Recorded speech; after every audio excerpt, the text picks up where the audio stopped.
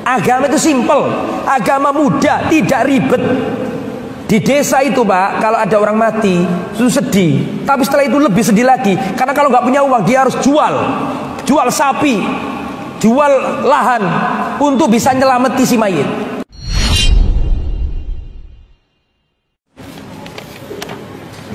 Assalamualaikum Ustaz. Waalaikumsalam warahmatullahi wabarakatuh. Afwan, ibu saya mau merayakan 3 tahun meninggalnya kakak saya, kematian yang dirayakan. Sebenarnya ibu saya tahu itu tidak diperbolehkan, tapi mungkin karena sungkan dengan menantu dan besan, ibu saya tetap berencana mau merayakan.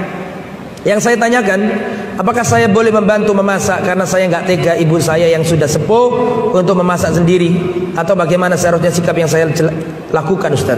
Mohon dijelaskan. Begini, saya ingin menjelaskan agak luas dikit nih. Saya tanya, tolong dijawab. Orang mati sudah pernah terjadi di zaman Nabi apa enggak? Sudah. Nabi sudah pernah ditinggal wafat keluarganya apa enggak? Seharusnya nggak ada khilaf. Saya ulangi ya. Di zaman Nabi sudah ada orang mati apa enggak? Jawabannya sudah ada. Apakah Nabi sudah pernah ditinggal mati keluarganya? Jawabannya, Nabi sudah pernah ditinggal mati keluarganya, bahkan banyak. Putra beliau semuanya wafat sebelum Nabi. Qasim, Abdullah, Ibrahim wafat sebelum Nabi. Tapi itu kan belum balik Ustaz, nggak perlu ditahlili dan diselamati. Oke, masih ada anak Nabi yang lain, Ruqayyah, masih ada lain, Zainab, masih ada yang lain, Ummu Kulthum. Mereka wafat dalam kondisi sudah menikah semuanya. Lebih dari itu, Rasulullah pernah ditinggal wafat kekasihnya. Siapa? Khadijah binti Khuwailid. Rasulullah SAW pernah ditinggal kekasihnya Zainab binti Khuzaimah. Sehingga kesimpulannya, di zaman Nabi sudah ada orang wafat. Kesimpulan kedua, Rasulullah sudah pernah ditinggal mati oleh keluarganya. Betul apa tidak? Harusnya nggak ada khilaf dalam masalah ini, karena sudah ada contoh dari Rasulullah. Nah Ustaz, kalau Rasulullah ditinggal wafat bagaimana Ustaz? Dengarkan, catat. Saya sampaikan sebuah riwayat ketika Rasulullah ditinggal wafat oleh saudara tercintanya. Rasulullah punya sepupu namanya Ja'far bin Abi Thalib. Ja'far ini sahabat Nabi yang wajahnya paling mirip Nabi. Antum kalau ditanya siapa sahabat Nabi yang wajahnya paling mirip Nabi, jawabannya Ja'far bin Abi Thalib. Ja'far ini yang awal-awal hijrah kemana? Habasyah. Waktu pulang-pulang Rasulullah sudah di Medina, nggak di Mekah lagi. Setelah kaum muslimin berhasil menumpas Khaybar. Khaybar itu dikuasai orang Yahudi, ditaklukkan sama kaum muslimin. Khaybar berhasil dibebaskan. Di saat itu Ja'far datang. Saking senangnya Nabi, sampai Nabi mengatakan, aku nggak tahu sebenarnya aku ini bahagia karena apa? Karena kemenangan Khaybar ataukah karena kedatangannya Ja'far? Paham maksud saya? Berarti Nabi senang nggak sama Ja'far? Berarti Nabi cinta nggak sama Ja'far? Cinta sangat luar biasa. Wajahnya mirip Nabi. Dalam perang Mu'tah Ja'far wafat. Ja'far wafat. Berarti kesimpulannya kan Rasulullah ditinggal mati orang yang ia cintai, betul apa enggak? Nah sekarang apa yang dilakukan Nabi? Ya ini yang harus dicatat. Dan tirulah nabimu. Ketika Ja'far wafat, apa yang dilakukan Nabi? Nabi berkata kepada para sahabat, Isna'u li ali Ja'far to'aman faqad atahum mayushiluhum.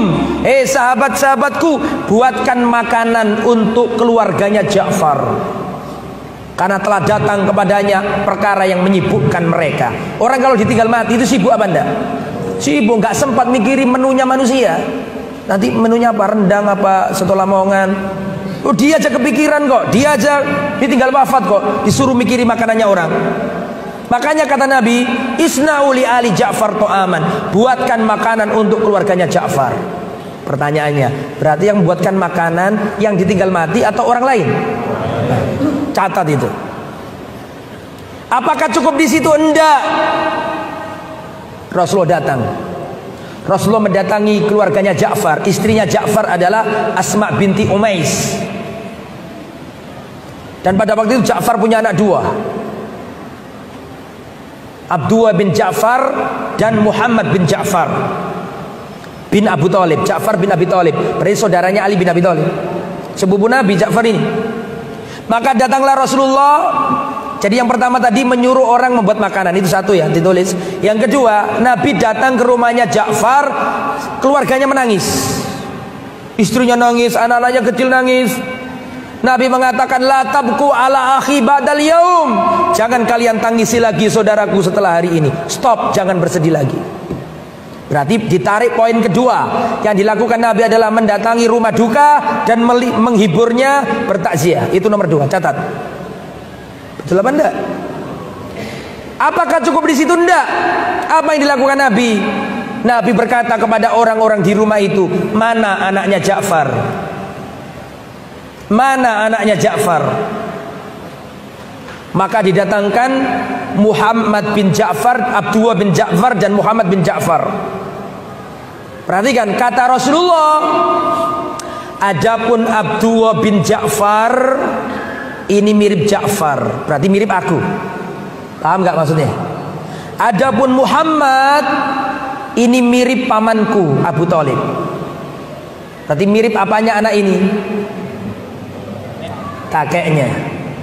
Setelah itu Rasulullah menyuruh seseorang tukang pangkas, tolong dipangkas rambutnya anak ini. Berarti kan diapakan maksudnya? Maksudnya berarti itu mengurus anak yatimnya. Berarti di situ poinnya adalah mengurus anak yatimnya, merawat anak yatimnya, membagusi apa yang nggak bagus dari anak yatim itu.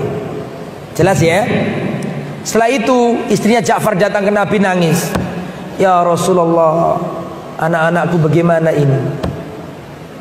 Kata Rasulullah, apakah kau menangisi anak-anaknya Ja'far, sedangkan aku adalah wali dari anak-anak itu?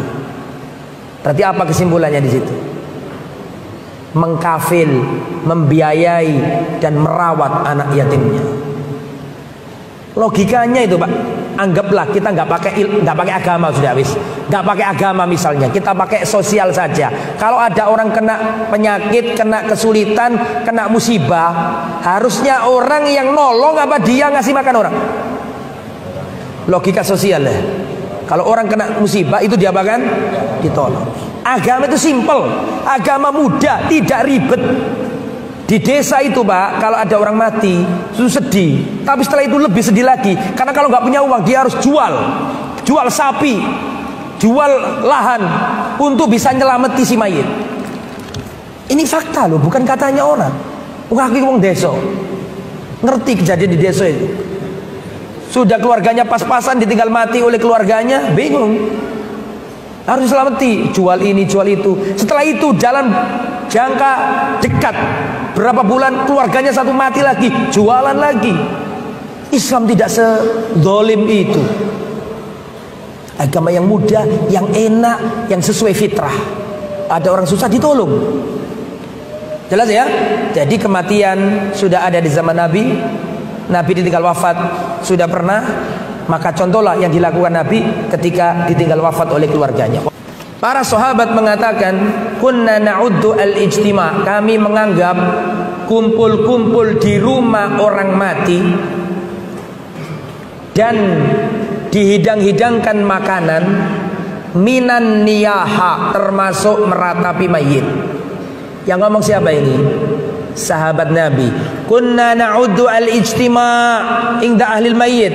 Kami menganggap, kami para sahabat Nabi mengkategorikan, menganggap kumpul-kumpul di rumah orang mati sambil dihidangkan makanan minan niyaha, termasuk meratapi mayit. Dan antum tahu nggak bahaya meratapi mayit? Dengarkan.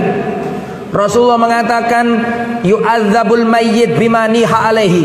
Mayit akan diazab karena ratapan keluarganya. Sayang nggak antum sama saudara kita yang wafat tadi? Kalau sayang justru jangan pakai itu, karena itu meratap.